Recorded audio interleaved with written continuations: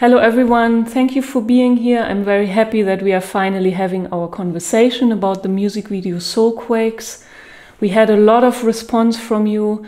There were many comments and great questions that we want to talk about. And I was very happy that many of you resonate with the content of the song and also the story of the music video. Soulquakes, this project which is now had been more than 6 months this journey, and for me it is much more than just a song and a music video. We had a lot of interaction during that time and talking about many topics, amongst others also narcissism, which is a topic that you brought up in the music video and the story.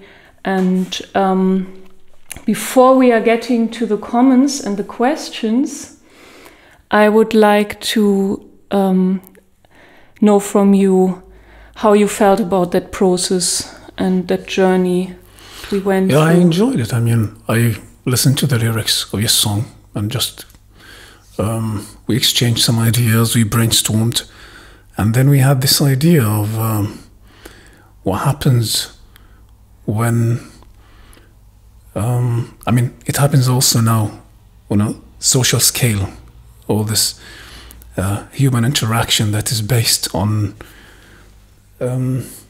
toxicity, you want to call it, or an opportunism, or an interest on subjective approach that doesn't care about harmony of the whole system. It only cares about one's interest, and they don't care to sacrifice the whole for their personal interest. And this whim, the narcissistic whim, is becoming, I think, something, or it becomes a theme that is we need to examine, especially in the Western society, because we can see that in the East how this whim succeeded to destroy, for example, the Middle East. And I hope that I see that how emerges now in the West, and we need to be aware of it. That's it. But it's not, of course, your lyrics. Maybe you can talk where it came from and how you wrote your song, because the song and the music video are two different pieces. Of course, they cross and they meet, but they meet in interesting places.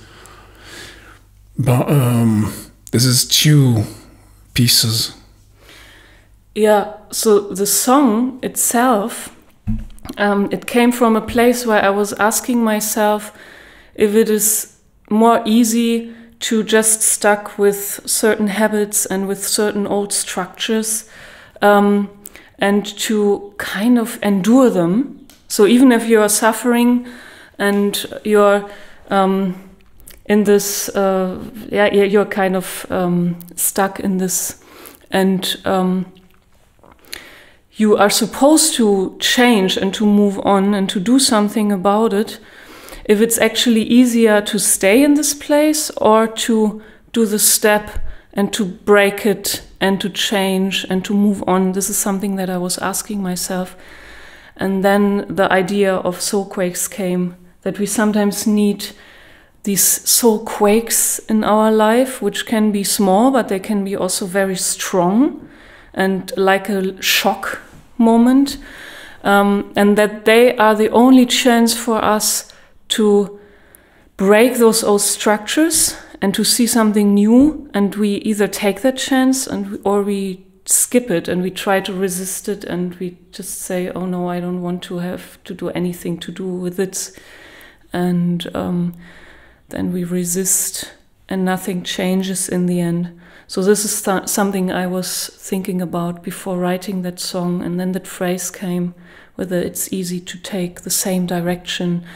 And also, it's easy to take that same old jacket that someone handed out to you. So it's not something that comes from you, but it comes from someone else. So like a concept or an idea, someone putting over you, which happens all the time. We are inhalating or we are absorbing so many things that are not ours, and then we are just taking them for granted, as if we're supposed to live that way. and we are not really searching for our own narrative and our own passion. So yeah, I think this is also something that inspired the music video, what you just said. Of course, when you say someone gave it to you, it's normally a personal authority, like a parent, a father and a mother. As a child, I take what they give me. I have no reference. This is the only thing that I see, and this is the only thing that I absorb, or the only thing that I receive from. And that's why also it becomes part of me.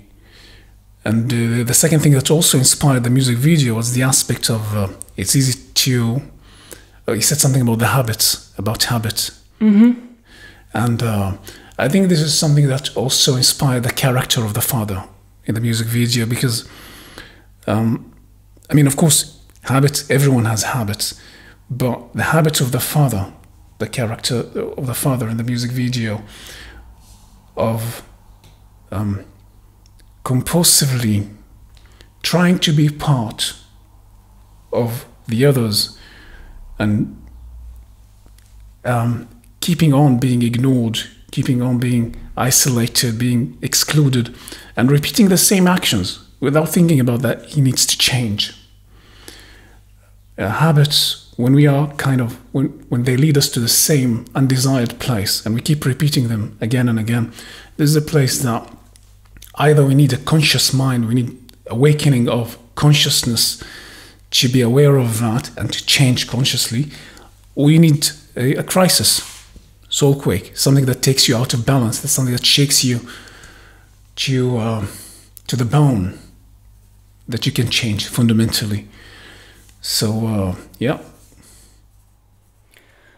This is actually something that I find very sad, this figure of the father in that story, that he's so stuck in that. And I think what is lacking mostly in the situations is that you see an alternative in whatever way. This is also leading me to a question that I got from Anna. I'm not going to read the whole question, but I summarize it and we blend it in anyway so that you can read it. So how did the idea of this theme come to you first?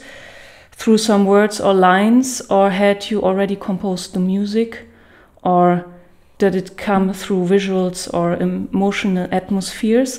And there was another question that is related to that. I'd like to ask you some more about how you found the strength to take yourself out of narcissistic abuse to such a degree that you became a wonderful artist. Thank you very much. And even found the courage to expose your experience to the public. This is connected with what I just said, that the father in the story, he doesn't have an alternative, or maybe he doesn't see it, or he is resisting to it. So in order to get out of that, for me personally, what was the most important, to have an alternative, to see something that is totally outside that familiar environment and that structure that you are used to, and to start to question what is there, to question everything that is that had been there before. In this case, Anna's asking about the artistic development and the artistic journey,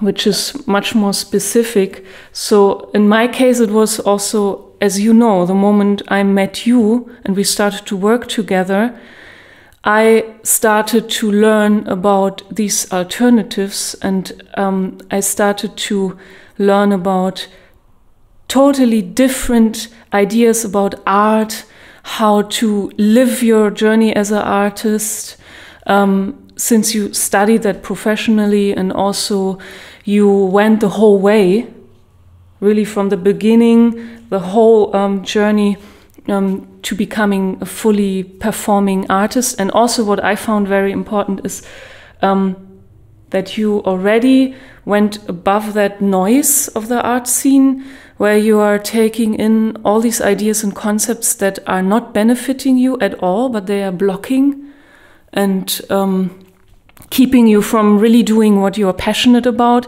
and keeping you from speaking your mind.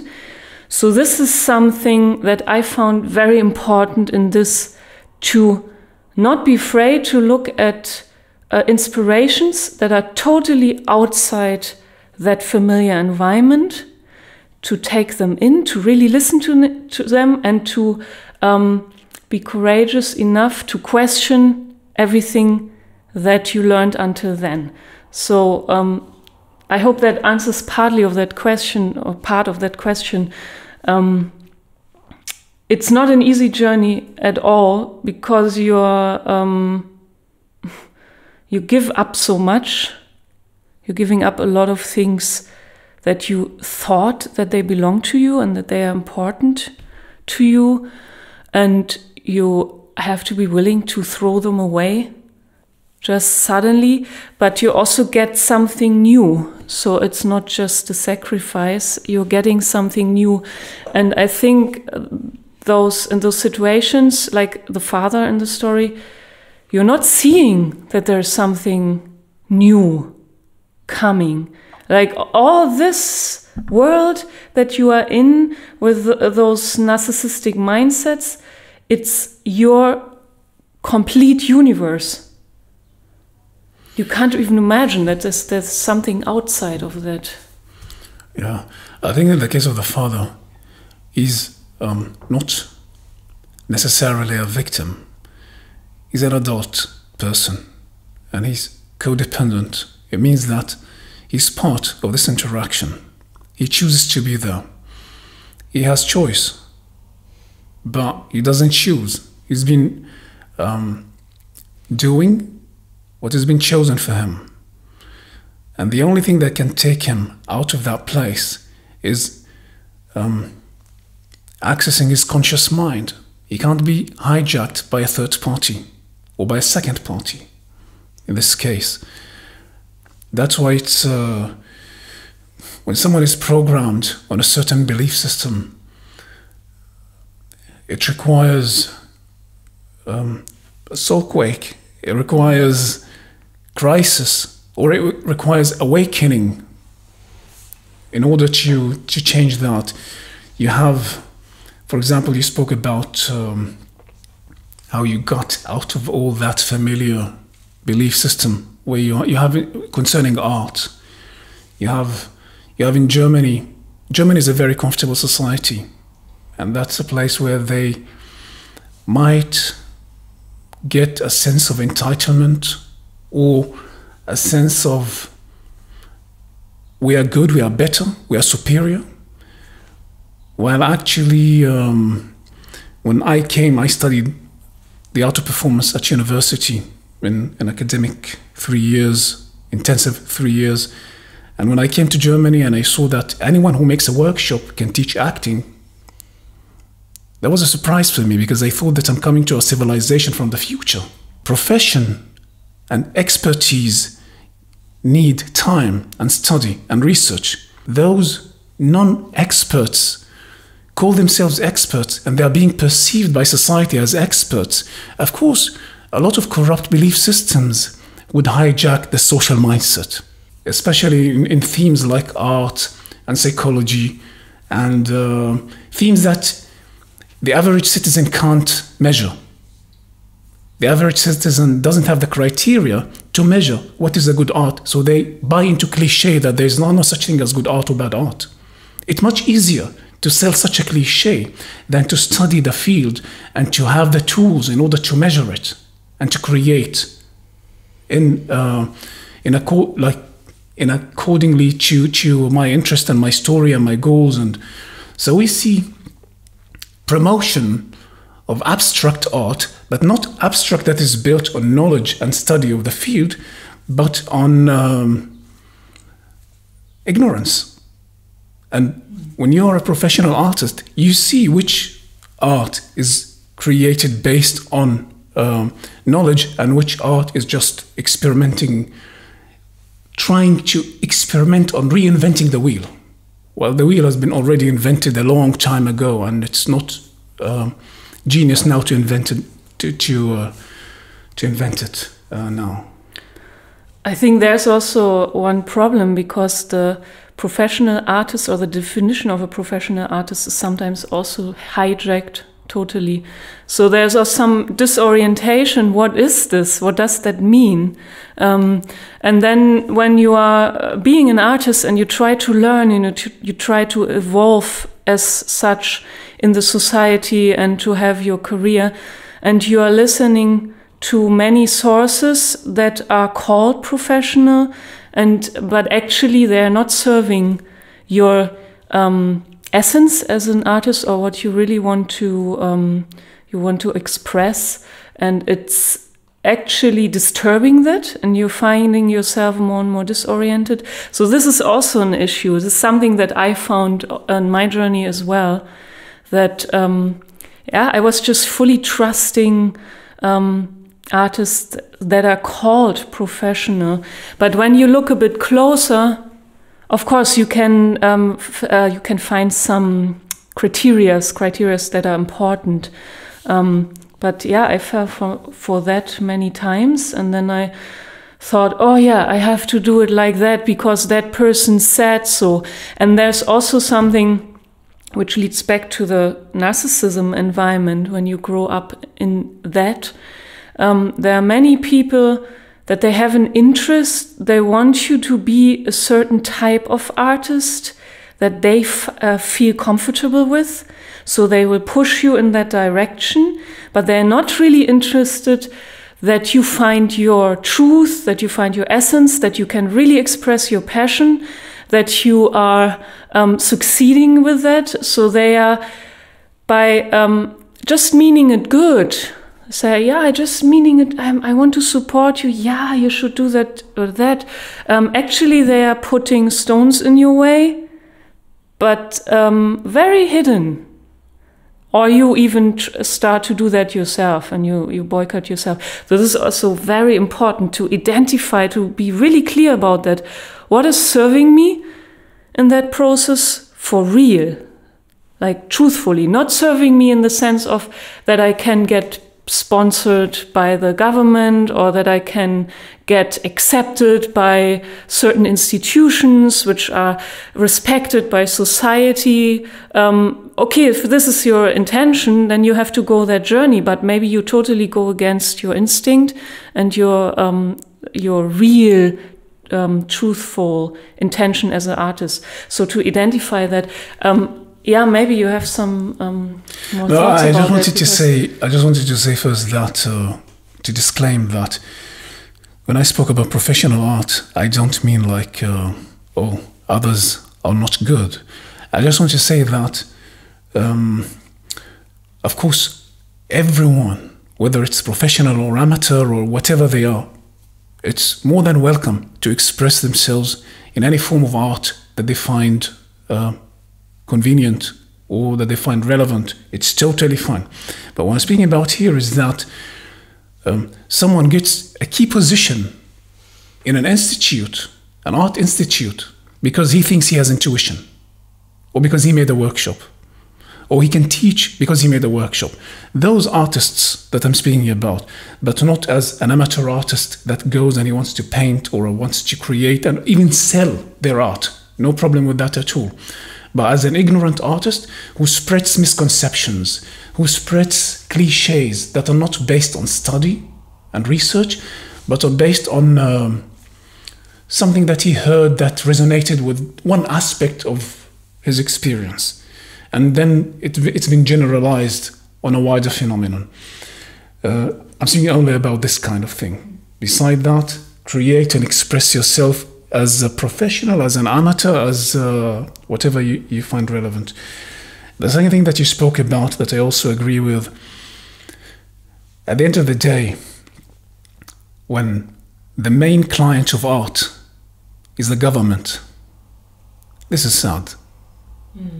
And you have in the West today, you are in Germany, here we are in Germany, where most artists are thinking about how to apply for the government, to apply for money, to access funds of the government, how to get money from fund here and from there, and that's the only motive.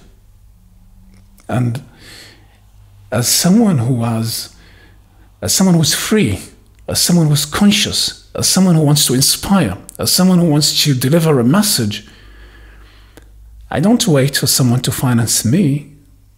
I mean, of course, if someone would like to join the movement, I would not say no, but I would not build all my expectations and all my strategy on money of the government.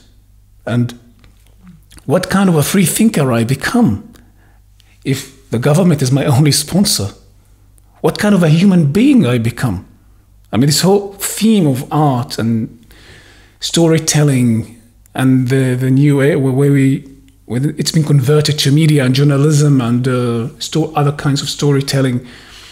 What kind of democracy we're living in if our word has to be in alignment with the one who finances and sponsors my art?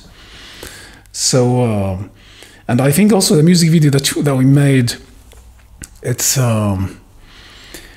I don't think a lot of mainstream artists that are sponsored by the political system or the social system would dare to address this theme. This is the theme that is sitting on the nerve of society. And I'm happy that we are free and independent and we can speak about whatever we find relevant, and we tell our story. And oh yeah, really. Thanks. And we don't measure or calculate things with trending and marketing and how numbers and how many people are follow and I should buy subscribers and likes, and I don't buy subscribers, and we don't need to buy subscribers, and we don't need to buy views or likes to pretend that we are popular. We just channel our message. And that also inspires me. This whole journey makes it much more meaningful for me as a human being. Otherwise, what's the point? Yeah, it is fulfilling like that, totally. That when I imagine that there is a redactor or someone who would interfere and would say, no, you can't talk about that issue and with family and so on, this is critical and so. It would be so unsatisfying, and you're all the time cutting your wings. So that is really amazing.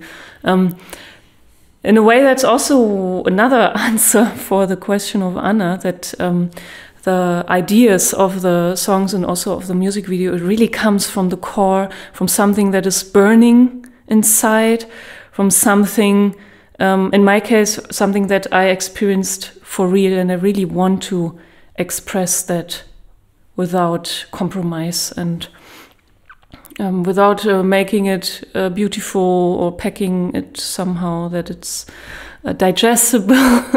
Or so of course it has to go by the rules of art and art structure to some extent. That's something I find important, and also I love aesthetics, and so, but still the message has to be very direct and pure, and that's where it comes from, not from an idea of I want a fancy beat or a cool melody. All these things come later. They come at the same time with the message and the idea of the story.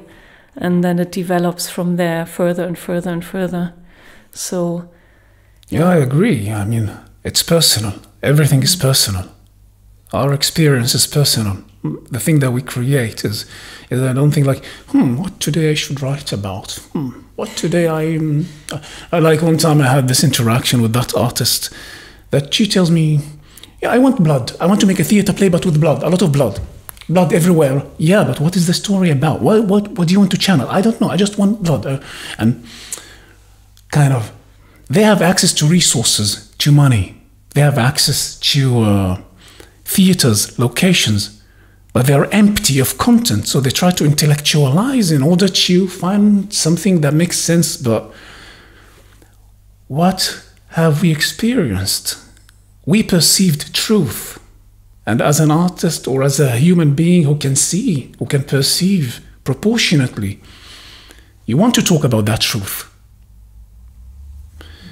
Especially when it creates disturbance.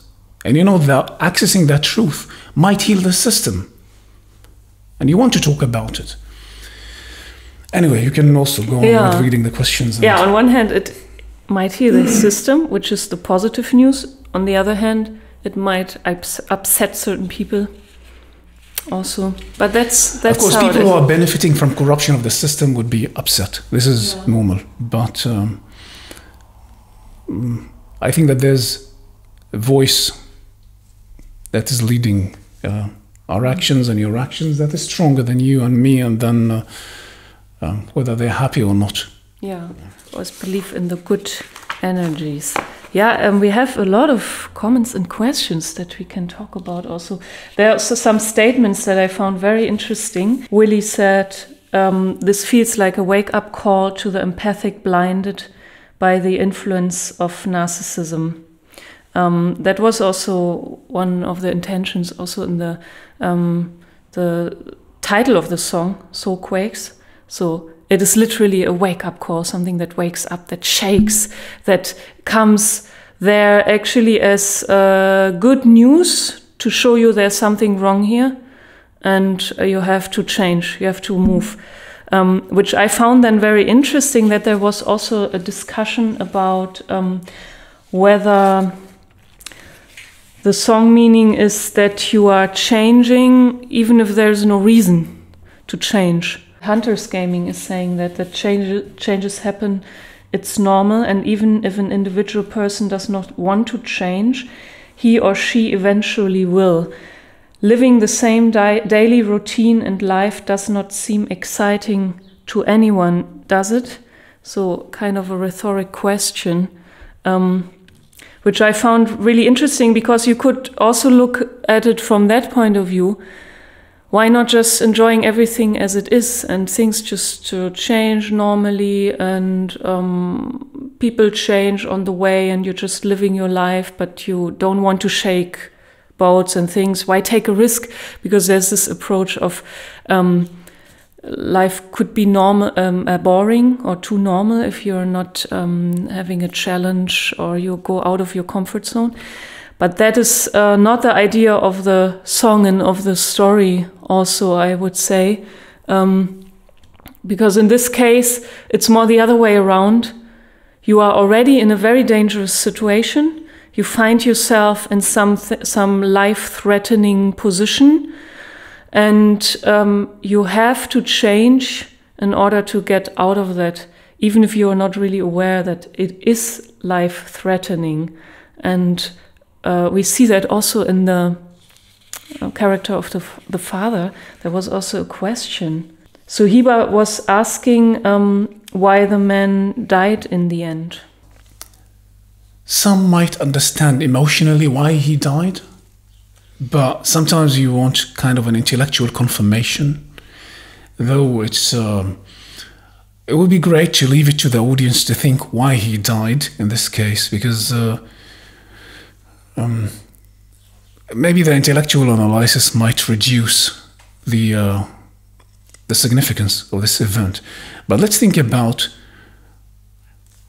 we think about death as only when someone is injured, or when someone is old, dies, or someone is toxified.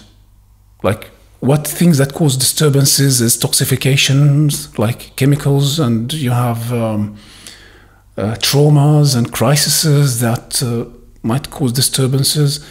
And you have also the aspect of thought. Like think about sexuality, that a certain thought, sexual thought, might create a biological change. So actually, thoughts influence physicality and even create physicality. And this is something that we know it, but it doesn't necessarily stand as an argument in an intellectual debate. But let's think about the father that is living in this toxic relationship. Is being, like, if we think about the idea of thought influences physicality, and we see this father living in this toxic environment with this toxic wife, when he's being isolated and excluded and being totally lonely, feeling disrespected, feeling ignored, of course that would cause heart attacks, and we said those things influence physicality. And many people live in cancer, and many people living in sicknesses that they can't explain, and no doctor can explain scientifically why this disease is there. But maybe we need to change how we see things and how we think about things, and begin to examine the relationships that we're living in, because some relationships might help us thrive and create and become more vivid and more alive and more wealthy emotionally, financially, etc., professionally. And some relationships would suck life out of us. And if someone is living in a relationship that kills them or sucks life out of them, then maybe this would be an indication just to check for alternatives. And so the father dies not because he was shot by a gun, not because he was stabbed by a knife, but because this toxic interaction in this toxic environment. So beside that, whether the audience chooses to think about it as his... beside that, I will leave it to the audience, like what's happened there. I mean, sometimes people also die, like from the inside, like you also mentioned in a way.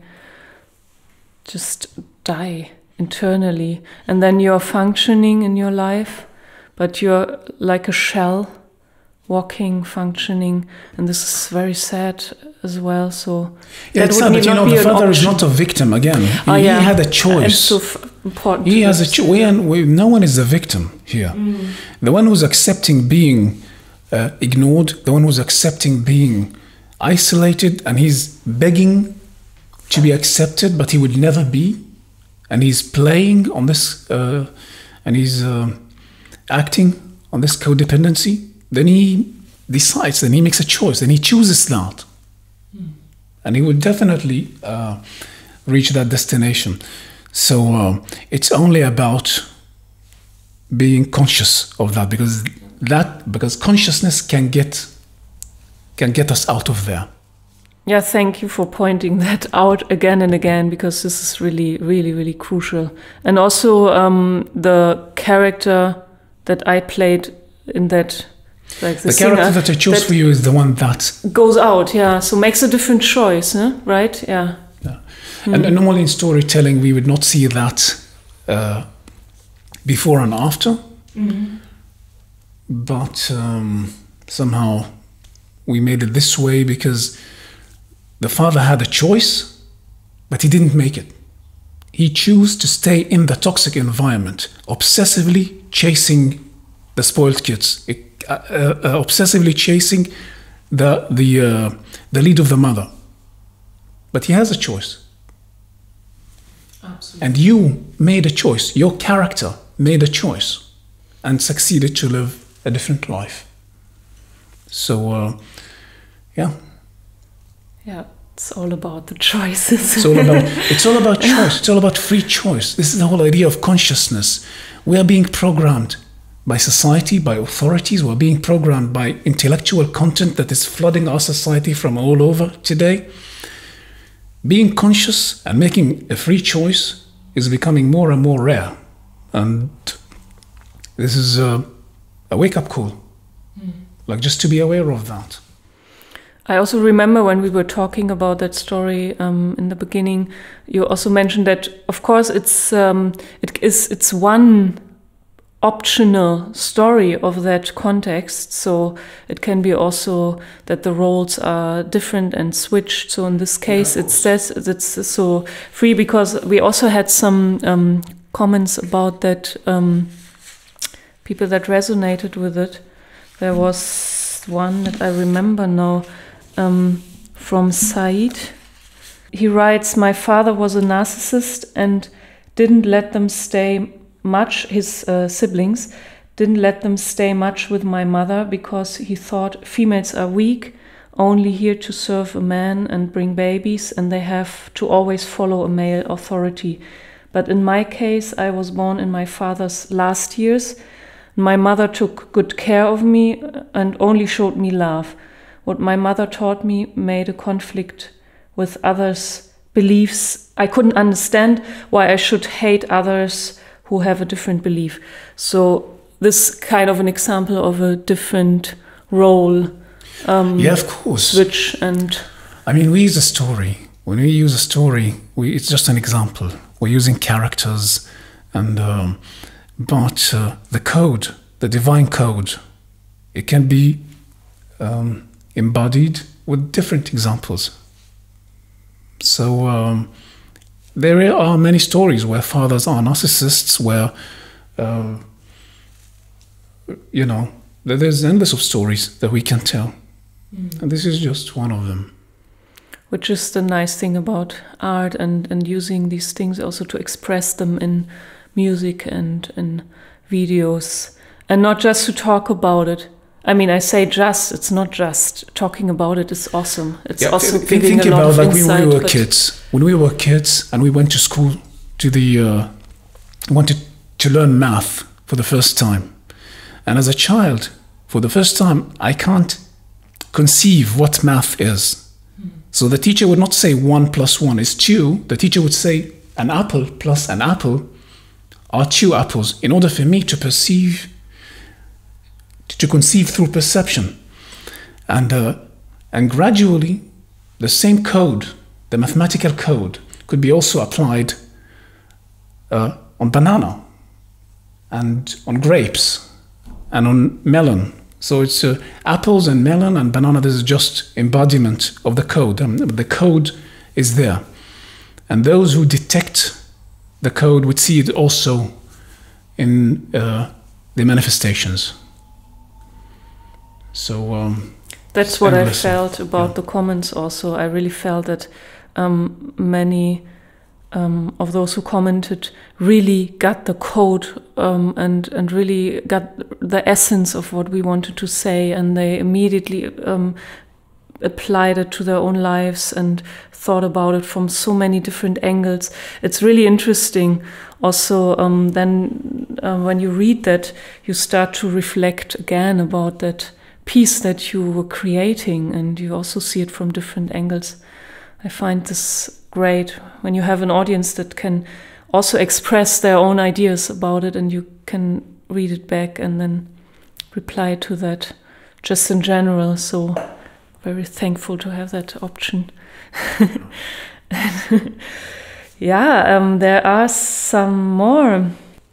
Yeah, that's also kind of a question, you could say, from Ali, and he is writing, yes, the comfort area is the easiest place to live, already programmed by parents and the community. This area has abolished and destroyed our consciousness, made us a slave, and as we still think we are free, by living in that area, we have forgotten our soul. We became strangers to ourselves. Each day incarnations came to us to say that we do not live in bliss and we have to change. Unfortunately, we do not accept the challenge, and we do not leave the comfort zone to the end.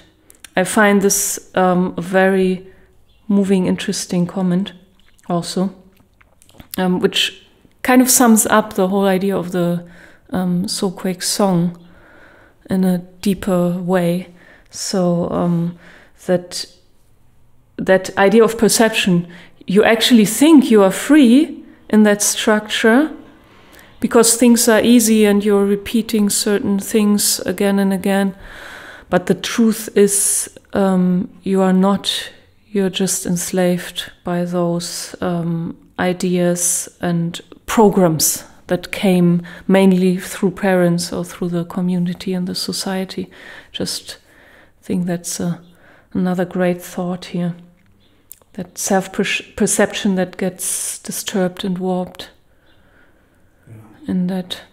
And Aya, he's also asking something.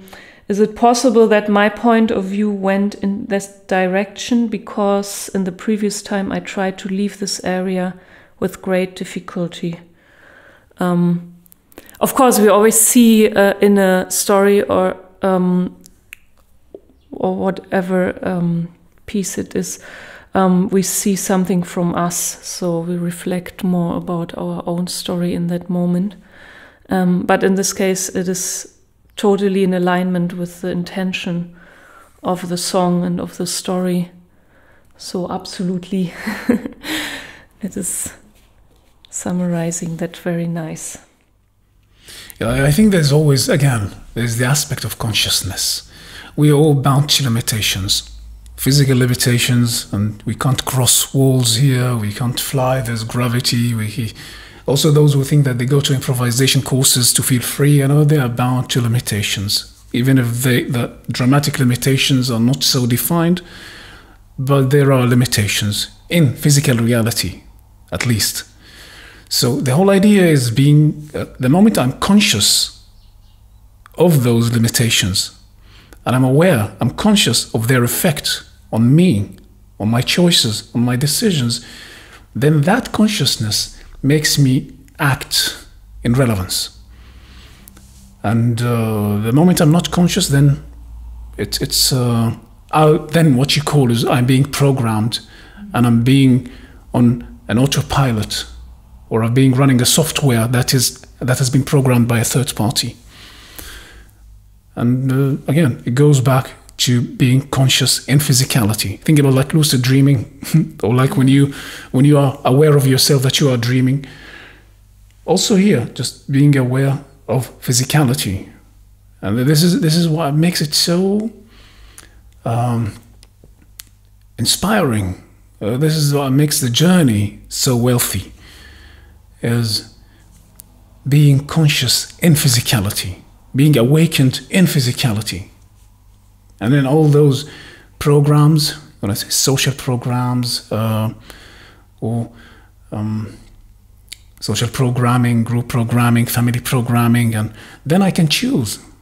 If I am conscious of my programming, then I can choose to change it, or maybe to adopt a different belief system that is more in alignment with my objectives and my interests. It goes back to consciousness at the end. You can write your own program. Yeah. Also, that serves your work. This is the father that, or like the character that is repeating the same program without being conscious of its effect on my physicality, on his biology, on the father's biology, and he could have made a different choice. I remember you told me one time a story about cookies. Something that had also to do with tradition and repeating the same structures. And it sounds so simple, that story, and it's so nice and cute in a way, but it was really a strong picture for me in that moment when you told that. I remember that like they made these, there was a woman making very small cookies. If I'm right, it was something like that.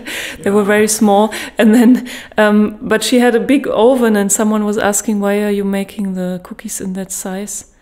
And she said, "I don't know. I'm just repeating what I learned from my mom." And then she goes to the mom, asks, "I don't know. I'm just repeating from my grandma." And then the grandma says, "Yeah, I did this because the oven was small." And then technology has changed the sizes of the ovens and the sizes, but the repetition of the habit, it became disconnected from the why, the first why. And then we begin to repeat actions regardless of the intention and regardless of the objective. We're just on autopilot.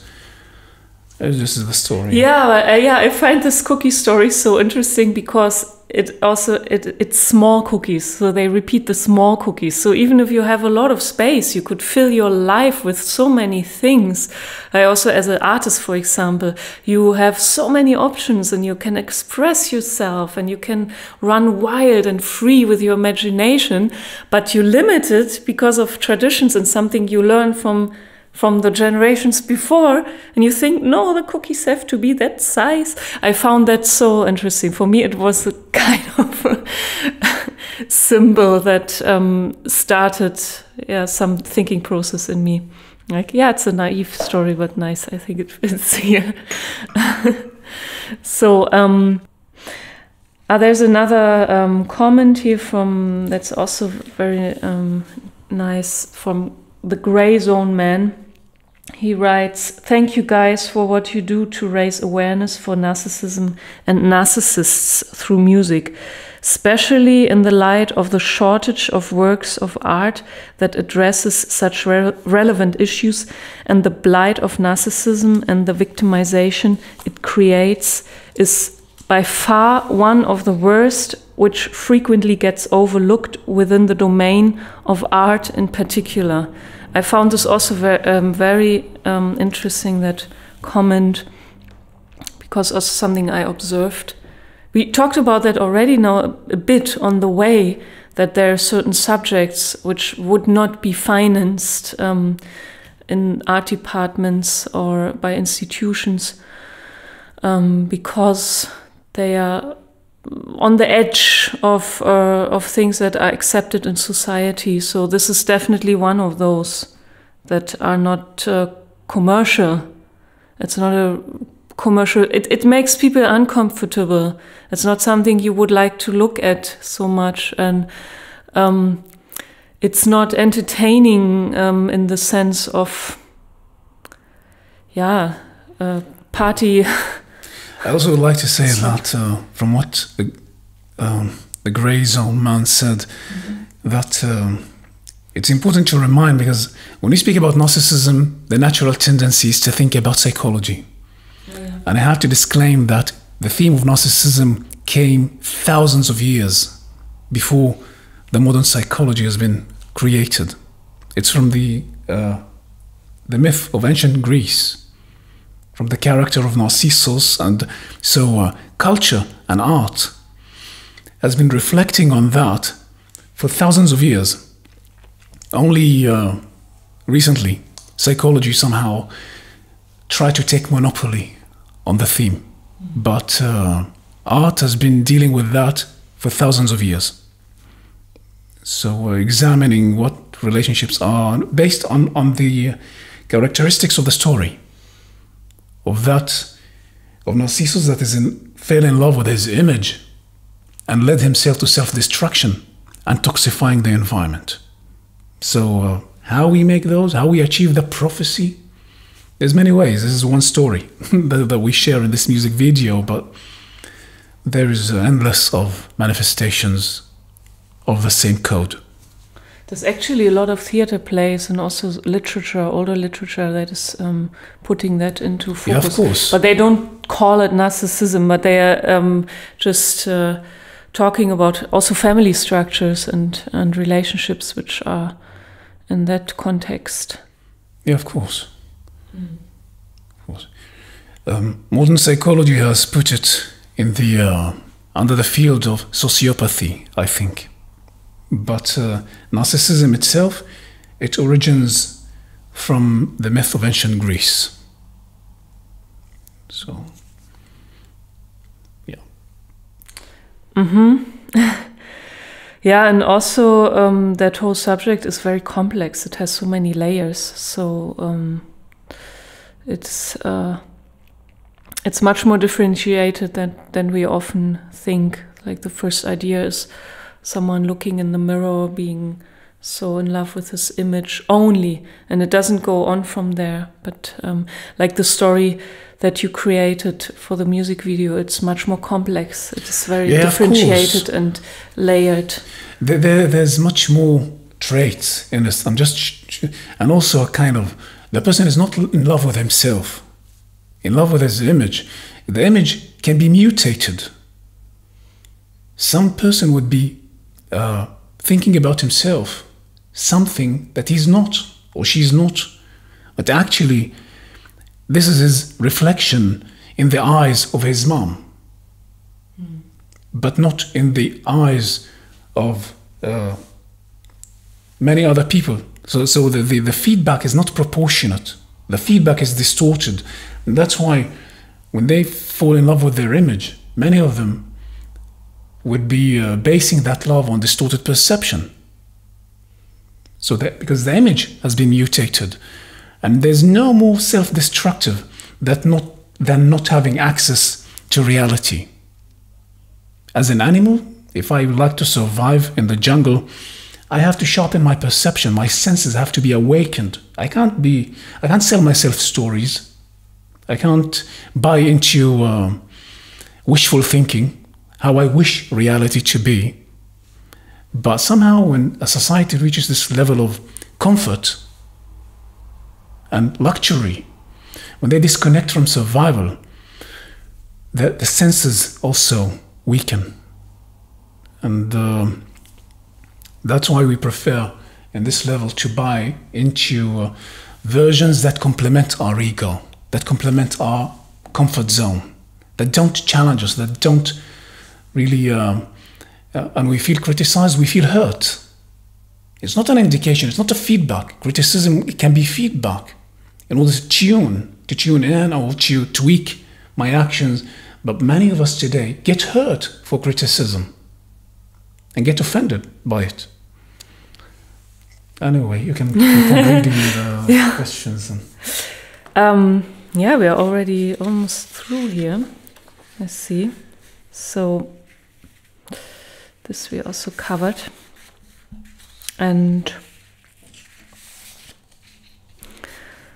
But this is a question that I would also ask back to the audience, or also to you, but maybe you answered it already in a way, that what you would think in generally, also from the point of view of the society, and also personally, what is easier to go on with concepts and to go on with habits and to get stuck in that process, or to take the risk and to change and to sacrifice certain things. And because I think it's not so easy to answer what is really easier. It depends on the level of pain. Pain is an indication that I'm not in a good place. If I still didn't reach that level of pain, I mean, think about Buddha. Siddhartha was a prince. He had everything that he wanted in the palace. What happened there that he decided to leave the palace? Even having 0 challenges creates suffering. So like kind of, what happens there that he decided to leave the palace? He had everything that he needed. So pain comes from different directions. And that voice is an indication to change. Of course, if you're happy and you don't experience pain, there's no indication to change. And there's somebody that asks the question, maybe we don't need to change. It's totally fine. You can stay where you are until we begin to experience pain. And if we don't, then it's also fine. We can stay there. I think that's also a great final thought.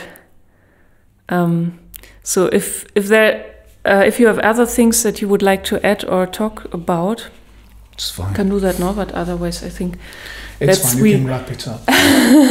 We covered hopefully all of your questions to your satisfaction, and yeah, I know it's a lot to talk about, and maybe we didn't go in every detail of those questions. But we will have also other occasions in the future, and it's not the final conversation. So then, thank you for listening, and we're hoping you have a wonderful day. And if you have some more thoughts, you can of course also add them in the comments again, and maybe we can answer directly by words and typing. So thank you very much, and see you soon.